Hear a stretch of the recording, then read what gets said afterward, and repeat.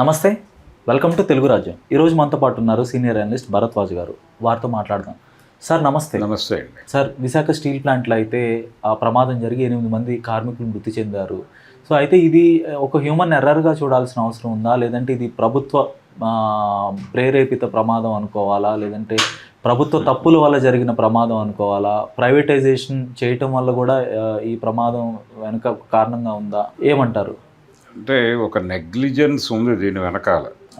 ఆ నెగ్లిజెన్స్ అక్కడ జరిగినటువంటి క్రమం ఎవరు గైడెన్స్లో నడిచింది అనేది అక్కడ వరకే సంబంధం తప్ప ప్రైవేటైజేషన్ చేయటం వలన జరిగింది, లేకపోతే ఇది ప్రభుత్వ సెక్టార్లో ఉండుంటే ఇలా జరిగేది కాదు అనే వితండవాదంలోకి వెళ్ళటం ఎలా ఉంటుందంటే, చాలా సందర్భాల్లో ప్రతిదీ ఒక సిద్ధాంతానికి ముడిపెట్టి మాట్లాడటం అనేది కరెక్ట్ కాదు. కొన్ని ప్రమాదాలు జరుగుతాయి, జరిగిన సందర్భం, ఆ సందర్భంలో ఎవరి నుంచి ఎలా ఆదేశాలు వెళ్ళాయి, ఆపరేషన్ ఎలా ఉంది అనే దగ్గరికి వెళ్ళి చూడాలి. ఆ సందర్భంగా కొన్నిసార్లు విధానపరమైనటువంటి తప్పులు జరిగినప్పుడు ఆ వ్యవస్థని అలా డిజైన్ చేసిన పద్ధతి మీద కూడా విమర్శించాల్సి ఉంటుంది. అంటే వేగ్గా ఉండదు. అది వేగ్గా అంటే ప్రైవేటైజేషన్ వలన జరిగింది అనేటప్పుడు ప్రభుత్వ రంగంలో ఉన్నప్పుడు ఉండేటువంటి పర్యవేక్షణ లేకపోవడం వలన జరిగింది అనేది ఎస్టాబ్లిష్ చేయగలగాలి. చేయగలిగినప్పుడు ఆ విమర్శ పెట్టడం హేతుబద్ధమే అవుతుంది. అలా కాకుండా ఇలా మారింది కాబట్టి అంటే మీ ఆర్గ్యుమెంటే దెబ్బతింటుంది జనం ముందు. అందుకని అలాంటి ప్రయత్నం చేయటం తప్పు. వాస్తవానికి అది ఎందుకు జరిగింది, చాలా సందర్భాల్లో జరుగుతాయి ఇలాంటివి. అంటే ప్రభుత్వ రంగ సంస్థల్లో కూడా ఇలాంటి ప్రమాదాలు జరుగుతాయి. అంటే ప్రతి ప్రమాదం వెనకాల ఏదో ఒక ప్రోగ్రామ్ ఉందేమో అనే అనుమానం రావటం పట్ల మనం వ్యతిరేకించాల్సిన అవసరం లేదు. ఆ ప్రోబ్ జరగాలి. ఇప్పుడు ఉదాహరణకి హైదరాబాద్లో అందరికీ తెలిసినటువంటి ఒక బస్ స్టాండ్ ఉంది. ఏది ఇప్పుడు MGBS అంటున్నాం. ఆ MGBS స్థానంలో ఇంకొక బస్ స్టాండ్ ఉండేది దాని ఆపోజిట్లోనే.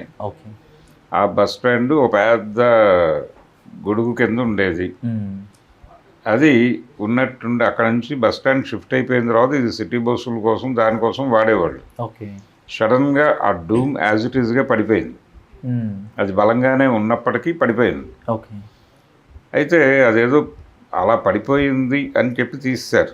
ఆ టైంలో రకరకాల వాదనలు వచ్చినాయి. అప్పుడు బీఆర్ఎస్ గవర్నమెంట్ ఉంది, కేసీఆర్ గారి ప్రభుత్వంలో జరిగింది. అది జరిగినప్పుడు వచ్చిన విమర్శ ఏంటంటే, అది ఆ స్థలం వాళ్ళు ఏదో చేయటం కోసం దాన్ని పీకి అక్కడ నుంచి తరలించాలనుకున్నారు. ఆల్రెడీ ఇంకో బస్ స్టాండ్ ఏర్పడిపోయింది కాబట్టి దీన్ని ఏదో పద్ధతిలో ఇంకొక దానికి వాడటం కోసం ఇది వాంటెడ్గానే పడేశారు అనే విమర్శలు వచ్చినాయి. ఆ విమర్శలు వచ్చిన తర్వాత ఆ ప్రయత్నం ఆగింది. నిజంగానే ఆ ప్రయత్నం జరిగిన మాట వాస్తవం. అది ఒక రకంగా వాంటెడ్గా చేసినటువంటి ప్రోగ్రామ్ అనేది కూడా ఎస్టాబ్లిష్ అయింది బయట. ఇలాంటివి జరుగుతాయి. ఇలాంటివి జరిగినప్పుడు దాన్ని యాక్సెప్ట్ చేసి తీరాలి. ఇప్పుడు అక్కడ ఎలా జరిగింది, హ్యూమర్ ఎర్రర్ కూడా ఉండొచ్చు, ఒక వ్యక్తి తప్పిదం కూడా కావచ్చు. ఆ వ్యక్తి తప్పిదాన్ని మీరు అక్కడ వరకే మాట్లాడాలి. అయితే దానికి రీజన్స్ ఎక్కడో ఉంటాయి, మూలాలు.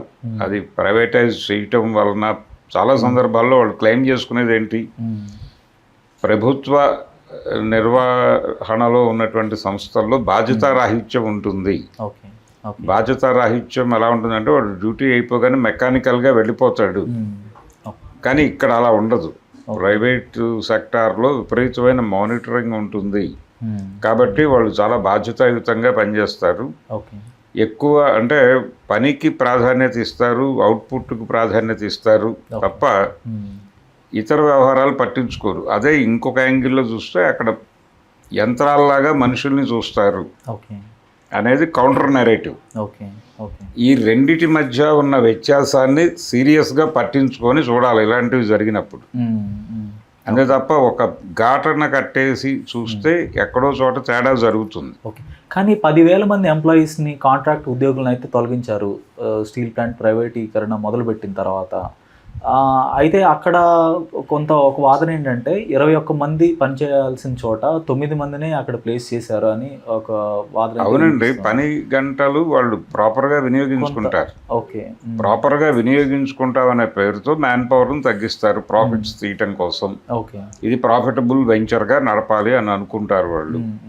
అనుకున్నప్పుడు ఇలాంటి తప్పులు జరుగుతాయి. అందుకే నేను ఇందాక అన్నది ఏంటంటే వ్యవస్థ చేసేటువంటి తప్పు అని చెప్పేటప్పుడు దానికి ఇవి ఉన్నాయి, 2 ఆలోచనలు ఉన్నాయి. ఒకటేమో అక్కడ బాధ్యత లేకుండా బిహేవ్ చేస్తారు గవర్నమెంట్ సెక్టార్లో ఓకే అనేది అక్కడ మనిషికి ప్రాధాన్యత, ఇక్కడేమో యంత్రానికి ప్రాధాన్యత. ఓకే. ఓకే. యంత్రము అవుట్పుట్ అనేదే ప్రధానం, లాభం అనేది మాత్రమే ఇక్కడ ప్రధానం. ఓకే. అక్కడ మనిషి కూడా ప్రధానమే. మనిషిని ప్రధానంగా తీసుకున్నప్పుడు ఇది భయంకరంగా కనిపిస్తుంది. ఓకే. లాభమే ప్రధానంగా చూసినప్పుడు ఇది ఇలాగే జరిగితే బాగుండు అనుకుంటాం. ఓకే. ఇక్కడ నష్టాలు వస్తున్నాయని కదా మీరు ప్రభుత్వ రంగం మొత్తం తీసుకెళ్ళి ప్రైవేటైజ్ చేస్తోంది. అవును. ప్రైవేట్ సెక్టార్కి ప్రభుత్వ సంస్థలని మళ్లించటం అనేది ఒక పథకం ప్రకారం డిజిన్వెస్ట్మెంట్ అనే పేరుతో జరుపుతున్నాం మనం. అవును.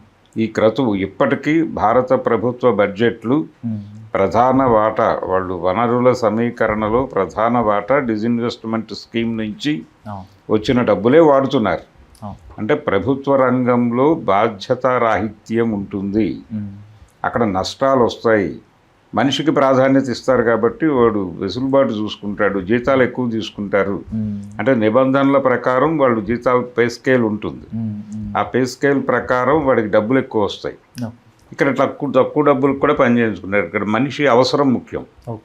అంటే వాడి అవసరం తీర్చడం కోసం వీడు ఎంప్లాయ్మెంట్ క్రియేట్ చేసి వాడికి ఏదో డబ్బులు ఇచ్చి పని చేయించేసుకుంటాడు. ఈ ప్రాసెస్లోనే 20 మంది చేయాల్సిన పని 5గురితో కూడా చేయించుకుంటాడు. దీని వలన కూడా ప్రమాదాలు జరుగుతాయి. ఇలాంటివి జరిగినప్పుడు దీన్ని పట్టించుకోవాలి, దాన్ని పట్టించుకోవాలి. ఈ రెండింటిని సమ్మిళితం చేసి ఒక బాధ్యతాయుతమైనటువంటి ప్రభుత్వ సంస్థగా దాన్ని నడపచ్చు, లాభదాయకంగా కూడా నడపచ్చు. కానీ ఆ బాధ్యతా రాహిత్యానికి ఒక వ్యవస్థని పెట్టేసి దాని మీద నిందేసి ఇటువైపుకు లాక్కొస్తే ఇలాంటివి జరుగుతాయి. ఇప్పుడు ఏం చెప్పారు, ఇప్పుడు అక్కడ అధికారంలో ఉన్నటువంటి ప్రభుత్వం ఎన్డీఏ గవర్నమెంట్ ఏపీలో, వారు ఏం చెప్పారండి ఎన్నికలకి ముందు, మా ప్రాణం పోయినా దీన్ని ప్రైవేటైజ్ కానివ్వమని ఆయన పూనకం వచ్చినట్టు ఉపన్యాసం చెప్పాడు కదా. పవన్ కళ్యాణ్ గారు చెప్పారు, చంద్రబాబు నాయుడు గారు చెప్పారు. ఏమైపోయింది ఆ పూనకం తర్వాత? అంటే దశల వారీగా దాన్ని ప్రైవేటైజ్ చేశారు. దశల వారీగా అంటే ఒక్కొక్క విభాగాన్ని కాంట్రాక్ట్ కిందకు తీసుకొచ్చి ఎవరికో అప్పచెప్పేసి పనులు జరిపించడం అనేది మొదలైపోయింది. అంటే విడివిడిగా అది ఓవరాల్గా జరగల, లోపల ఒక్కొక్క విభాగాన్ని అలా చీల్చుకుంటూ వెళ్ళిపోతున్నారు. ఈ ప్రాసెస్ జరుగుతోంది అనే విషయం వీళ్ళకి తెలుసు. తెలిసినప్పటికీ వీళ్ళు ఆ రోజున విశాఖ ఉక్కు ఆంధ్రుల హక్కు అనే ఒక పురాతన నినాదాన్ని ఎత్తుకుని విశాఖ ఉక్కు ప్రైవేటు హక్కుగా జరిగిపోతుండగా వీళ్ళు ఏదో ఆ పాత సెంటిమెంట్లు రెచ్చగొట్టే ప్రయత్నం చేశారు ఎన్నికల వరకు. ఎన్నికల తర్వాత ఇది ఇలా జరుగుతుందండి, మనం ఏం చేయగలం, దీన్ని అడ్డుకోగలమా, దేశం లిబరలైజ్డ్ ఎకానమీలో ఉంది అని మాట్లాడాడు సేమ్ పవన్ కళ్యాణ్. వారే మొన్న వెళ్ళి అక్కడ మాట్లాడారు. ఏం మాట్లాడాడు ఆయన, ఏమిటి ఆయన ఇచ్చిన స్టేట్మెంటు, ఇలాంటివి మీరు వ్యవస్థలకి ప్రభుత్వానికి ఆపాదించి చూడటం తప్పు అన్నాడు. కానీ అలా చూడాల్సిన పరిస్థితి ఉండి తీరుతుంది. ఎందుకుంటుంది అంటే మీకు ఎక్కడ శ్రద్ధ ఉంది, ఏ వ్యవస్థకి ఎక్కడ శ్రద్ధ ఉంది, అక్కడ మనిషి మీద శ్రద్ధ ఉండొచ్చు, ఆ శ్రద్ధ కొన్ని సందర్భాల్లో అతి కావచ్చు. అంత మాత్రం చేత మనిషిని తీసేసి మీరు యూనిట్ని యంత్రాన్ని నమూనాగా తీసుకుని మాట్లాడితే ఎలా కుదురుతుంది? మనిషికి యంత్రం సమానం కాదు కదా, మనిషికి ఇవ్వాల్సిన గౌరవం ఇచ్చి తీరాల్సిన పరిస్థితి ఉంటుంది. మానవ వికాసం కోసం కదా వీటిని అలా నేషనలైజ్ చేసింది. సిటీ బస్సులు ఎందుకు నేషనలైజ్ చేశారు అంటే వాళ్ళు జనాలను ఎక్కించుకోవటం కోసం, ఆ బస్సు కంటే ఈ బస్సు వేగంగా వెళ్ళి అవతల స్టాప్లో జనాలను ఎక్కించుకోవటం కోసం, క్రాస్ అయిపోయి మధ్యలో యాక్సిడెంట్లు చేసి జనాల్ని చంపేస్తున్నాయి అనే కదా. మీరు ఒక రెస్పాన్సిబిలిటీ తీసుకుని వాటిని నేషనలైజ్ చేశారు. అంటే నేషనలైజ్ చేస్తే మనిషి సేఫ్ అవుతాడనే కదా మీ ఉద్దేశం. అవును. అదే జరుగుతుంది ఫ్యాక్టరీల విషయంలో కూడా. మీరు ప్రైవేటైజ్ చేసినప్పుడు దాని తాలూకా ప్రెజర్ వాడు లాభం తీయటానికి ట్రై చేస్తాడు. అక్కడ కన్వేయర్ బెల్ట్ లాంటి వ్యవస్థలు వస్తాయి, మెకానికల్గా పనిచేయి, నువ్వు సంబంధం లేదు, మెదడు వాడకు అంటారు. మెదడు వాడకుండా అలా చేసుకుంటూ వెళ్ళిపోతాడు. మోడర్న్ టైమ్స్ అని ఒక సినిమా ఉంది, చార్లీ చాప్లిన్. ఓకే. దానిలో వాడు ఒక యంత్రం దగ్గర జస్ట్ ఒక బోల్ట్ అలా బిగించే పని వాడిది. అలా బిగిస్తూ వాడి చేతులు అలాగే ఉంటాయి. బయటకు వచ్చిన తర్వాత కూడా వాడు ప్రతి అలాగే ఆపరేట్ చేస్తూ ఉంటాడు.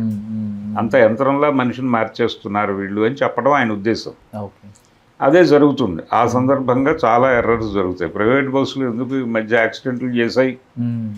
ప్రైవేట్ లాభం కోసం. వాళ్ళు ప్రాపర్ దాన్ని చేయగలడా లేదా అనే దాంతో కూడా సంబంధం లేకుండా తక్కువ వేతనానికి వీడు నడిపించేయగలడు అనే ఒక కాన్ఫిడెన్స్కి వెళ్ళి బస్సులు అప్పచెప్పి లోపల ఉన్న జనాల జీవితాలన్నీ వాడి చేతిలో పెట్టి అనేక బస్సులు తగలబెట్టి అనేక మందిని చంపారు కదా. ఎవరికైనా శిక్ష పడిందా?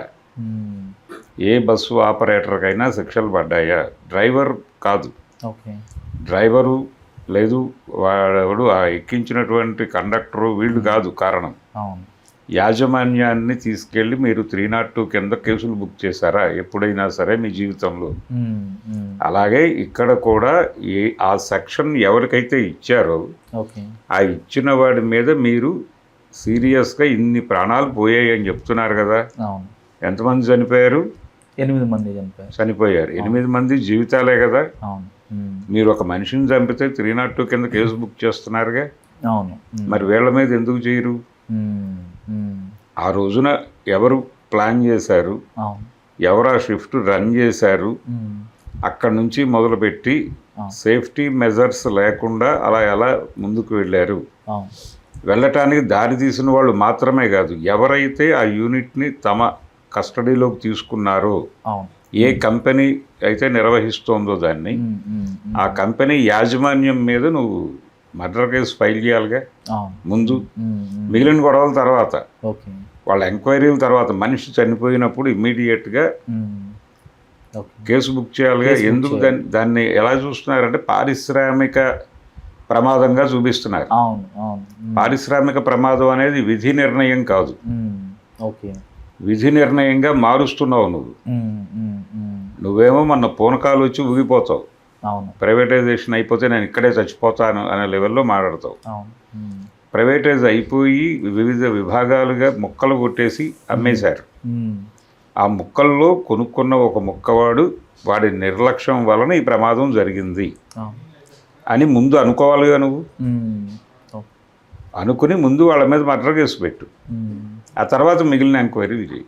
కానీ పారిశ్రామిక ప్రమాదం అనే పేరుతో దీన్ని విధిరాతగా మార్చి కాలం తీరింది చచ్చిపోయారు అన్నావంటే నీకు మనిషి పట్ల ప్రేమ లేదు అని అర్థం. మనిషి చచ్చిపోయినా నువ్వు చెలించవు. అలా అది ఏదో జరిగిపోయింది అని మాట్లాడుతున్నావు నువ్వు. విధి వశాత్తు జరిగింది అని సర్దుకుపోమని చెప్తున్నావు ప్రపంచానికి. సనాతన ధర్మం అని మాట్లాడుతావు నువ్వు తెల్లారలేస్తే. సనాతన ధర్మమే నువ్వు మాట్లాడుతున్నావు ఇక్కడ విధి అనే పేరుతో. ఈ సనాతన ధర్మంలోనూ మనిషి లేడు, అలాగే ఈ లిబరలైజ్డ్ ఎకానమీలోనూ మనిషి లేడు, మీ లాభాలు తీసే పారిశ్రామిక విధానంలోనూ మనిషి లేడు. అంటే ఇవన్నీ కూడా ఎలాంటివంటే మనిషి చచ్చిపోయినా వీళ్ళు పట్టించుకోరు. వాళ్ళ వ్యవస్థ నడుస్తుందో లేదా అనేది చూస్తారు. కులం అనే వ్యవస్థ, కులం చుట్టూ నడిపినటువంటి సనాతన ధర్మం కూడా అదే చెప్తుంది.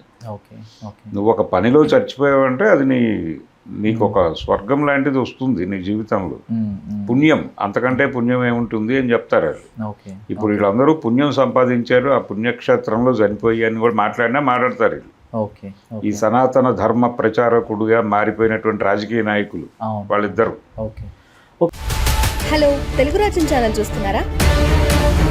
సామాజిక రాజకీయ జీవన చిత్రణే తెలుగు రాజ్యం. అతిశయోక్తులు అసత్యాలు ఉండవు. రాజకీయ కోణం కాదు, ప్రజా కోణమే కొలబద్ద. తెలుగు రాజ్యం వీక్షణ నీ ఉత్తమ అభిరుచికి నిదర్శనం.